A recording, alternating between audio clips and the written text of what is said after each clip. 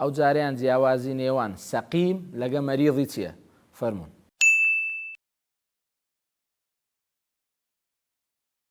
بسم الله الرحمن الرحيم الحمد لله والصلاة والسلام على رسول الله وعلى آله وصحبه ومن والاه. خۆشەویستان دوو شەی ترمان هەیە لە قورئانی پیرۆزدا کە بەکار هاتیە وشەی سەقیم و لەگەر وشەی مەریض کە ئەسلیان وشەکەی سوقم لەگە مەڕەد. جا سەقیم لە قورئانی پیرۆزدا دوو جاران هاتیە و مەڕەدیش چاردە جاران هاتیە. وشەی سەقیم و مەریض هەردووچیان بە مانای نەخۆش دێن، زیاتر بە مانای نەخۆش دێت. بەڵام جیاوازیان چییە؟ وشەی سەقیم یەختەص بالبەدەن، واتە نەخۆشیەک زیاتر تایبەتە بە جەستە، زیاتر تایبەتە ئەو نەخۆشیە بە جەستە. هەروەکو خوای گەورە لە قورئانی پیرۆزدا لە سەرزاری پێغەمبەر ئیبراهیم دەفەرمێ فقال إني سەقیم، کاتێک قەومەکەی چوونە دەر لە بۆ سەیران فەرمووی فقال إني سەقیم، ئەمن نەخۆشم، واتە وەکو دەرێ سەحەتم تەواو نییە، جەستەم مساعید و تەندروست نییە، لێ لەگەرتان نایەم. فقال إني سەقیم، کەواتە ئەو سەقیمە لێرە مەبەست پێی نەخۆشیەکە کەوا لە بەدەنی هەیە.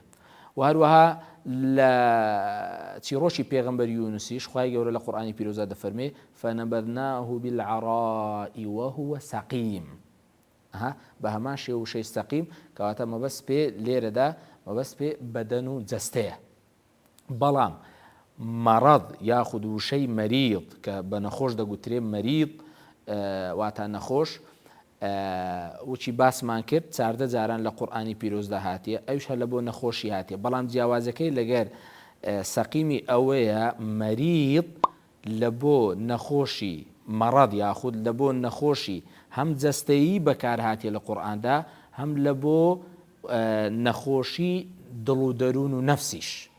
لە بۆ نمونە خوای گەورە لە قورئانی پیرۆزدا دەفەرمێ فمن كان منكم مريضا أو على سفر فعدة من أيام أخر، ئەوانەی کە نەخۆشن یاخود لە سەفەردانە دەتوانن لە مانجی ڕەمەزاندا لە پاش مانجی ڕەمەزان ئەو ڕۆژانە بگرن و لە بۆیان هەیە ڕۆژی بشتێنن ئەگەر لە سەفەردا بوون یاخود نەخۆش بوون، کە یعنی نەخۆشیێکی جەستەییش، ینی زیاتر بە مانای نەخۆشی جەستەیی دێ.